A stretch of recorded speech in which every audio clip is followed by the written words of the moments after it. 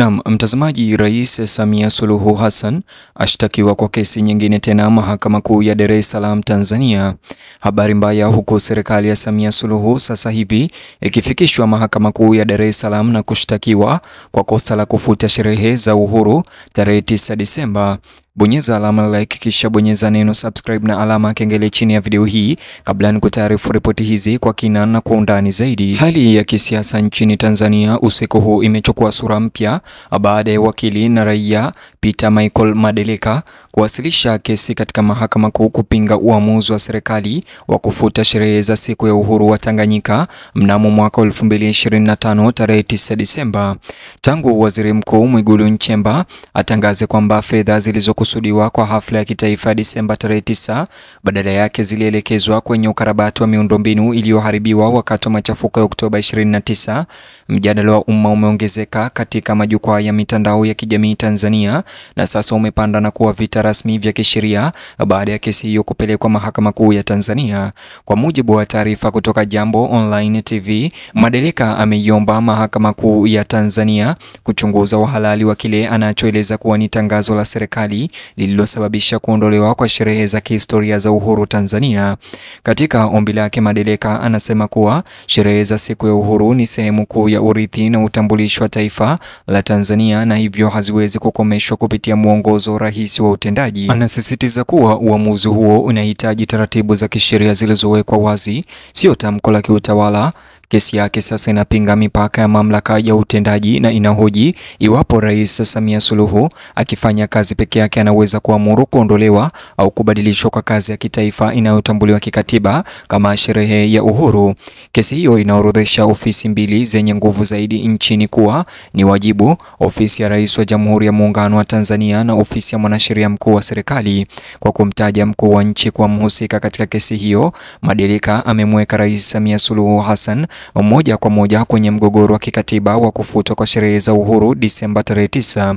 Hili ni mojawapo ya matokeo nadra katika historia ya hivi majuzi ambapo Rais Samia aliyeketi ameitwa kutetea msingi wa kisheria au uamuzi wa kitaifa wa kiutawala katika mahakama ya wazi. Kesi hiyo ilitajwa leo Ijumaa Novemba tarehe 28 mwaka 2025 mbele ya hakimu mfawidhi Daktari Juliana Masabo, lakini kesi hiyo iliahirishwa hadi Disemba tarehe 2 kwa ajili ya kuendelea kusikilizwa. Kuahirishwa huko kumeongeza hamu ya kitaifa, huku Watanzania wengi sasa wakisubiri kuona jinsi mahakama ya Tanzania itakavyotafsiri ukubwa wa mamlaka ya Rais Samia kuhusu matokeo ya urithi wa taifa. Wataalamu wa sheria wanaona kuwa kesi hiyo ina uwezo wa kuweka kielelezo cha kudumu kuhusu mipaka ya mamlaka ya utendaji katika masuala yanayohusu utambulisho wa taifa kwa ujumla. Awali, Waziri Mkuu Daktari Mwigulu Nchemba alitangaza kuwa Rais Samia Suluhu aliagiza fedha kwa ajili ya sherehe za uhuru za tarehe 9 Disemba zielekezwe kwa ajili ya kurejesha miundombinu iliyoharibiwa na machafuko ya Oktoba 29. Mapigano hayo yalisababisha uharibifu mkubwa wa mali ya umma na ya kibinafsi pamoja na majeraha na kupoteza maisha. Serikali imeendelea kutetea uamuzi wake, ikisisitiza kuwa ugawaji upya wa fedha ulikusudiwa kufikisha misaada ya haraka katika maeneo muhimu yenye uhitaji. Uelekezaji huu wa fedha kutoka kwa Rais Samia hata hivyo umemweka Rais Samia katikati ya uchunguzi wa kisheria. Katika hoja zisizopungua 5 tofauti zilizowasilishwa mahakamani hapo na katika majadiliano ya hadhara, Samia Suluhu anatuhumiwa kufuta sherehe za uhuru bila kufuata taratibu za kikatiba na kisheria.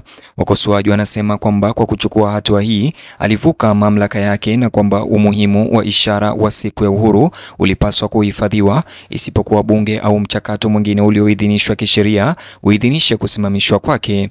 Hata hivyo, ombi hilo linadai kuwa uamuzi wa Rais Samia ulihusisha unyanyasaji wa mamlaka ya utendaji. Madeleka anasema kuwa maadhimisho hayo yanalindwa kama sehemu ya utambulisho wa kihistoria wa Tanzania na kwa hiyo hayawezi kurekebishwa au kufutwa kwa uamuzi wa tawi la mtendaji. Wachambuzi wa sheria wanaona kuwa kesi hiyo inamweka Samia Suluhu katika nafasi ambayo mahakama inapaswa kuamua ikiwa alivuka mamlaka yake kikatiba kwa kufuta sherehe za siku ya uhuru wa mwaka 2025.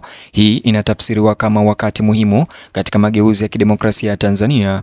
Inaashiria makabiliano nadra kati ya urais na mahakama kuhusu nguzo za ishara na za kitamaduni zinazofafanua utambulisho wa kitaifa.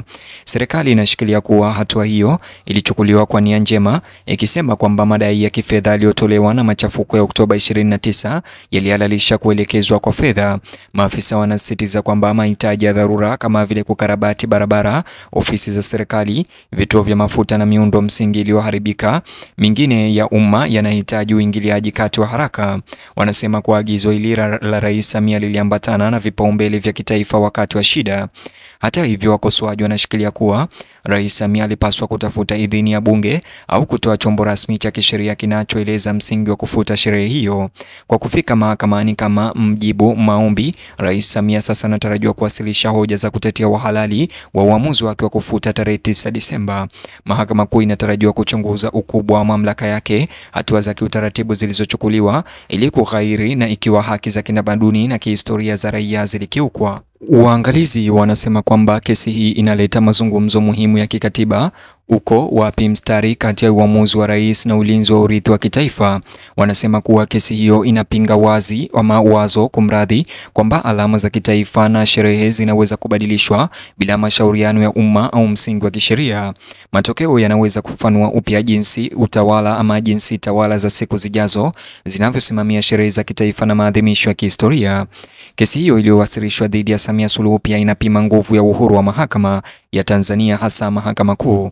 Rais akitajwa kuwa mjibu maombi, mahakama lazima isawazishe usawa wa kisheria na uzito wa kisiasa wa kesi. Baadhi ya wachambuzi wanahofia shinikizo la kisiasa, huku wengine wakiamini mahakama itatumia wakati huu kuimarisha mamlaka yake ya kikatiba. Wananchi kote nchini wametoa maoni tofauti. Wengine wanahoji kuwa uamuzi wa Rais Samia ulikuwa wa vitendo na walazima, ikizingatiwa hitaji la haraka la kurekebisha uharibifu uliosababishwa na ghasia. Wengine wanaamini kwamba umuhimu wa kihistoria wa Disemba 9 upaswe kamwe kuathiriwa bila kujali migogoro ya kitaifa, na kwamba vyanzo mbadala vya ufadhili vingeweza kuchunguzwa badala yake. Tarehe 2 Disemba inapokaribia kesi hiyo kusikilizwa, sasa umakini unaelekezwa Dodoma wakati taifa likisubiri awamu nyingine ya usikilizwaji wa kesi hiyo. Maswali yanaendelea kuhusu jinsi serikali itahalalisha kuondolewa kwa sherehe za siku ya uhuru na ikiwa rais atatetea rasmi uamuzi wake wa kukabidhi jukumu hilo kwa mwanasheria mkuu wa serikali. Mvutano unaozingira kesi unaonyesha mijadala ya kina kuhusu uongozi, ukatiba na utambulisho wa kitaifa. Wataalamu wa sheria wanasema uamuzi huo unaweza kuunda mifumo ya utawala ya siku zijazo, hasa kuhusu jinsi matukio ya kitaifa yanavyosimamiwa, kurekebishwa au kughairiwa. Iwapo mahakama itagundua kuwa Rais Samia alizidi mamlaka yake, inaweza kuwazuia watendaji wa siku zijazo kufanya maamuzi ya upande mmoja kuhusu sherehe za kitaifa.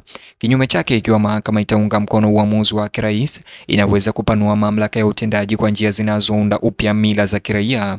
Kwa sasa taifa bado liko kwenye makali huku likisubiri kusikilizwa tena. Kesi hiyo ni mfano wa mtihani mkuu wa kikatiba kwa taasisi za kidemokrasia za Tanzania, na huenda ikaathiri jinsi viongozi, raia na tawala za siku zijazo zinavyopitia uwiano kati ya mamlaka kuu na uhifadhi wa urithi wa taifa.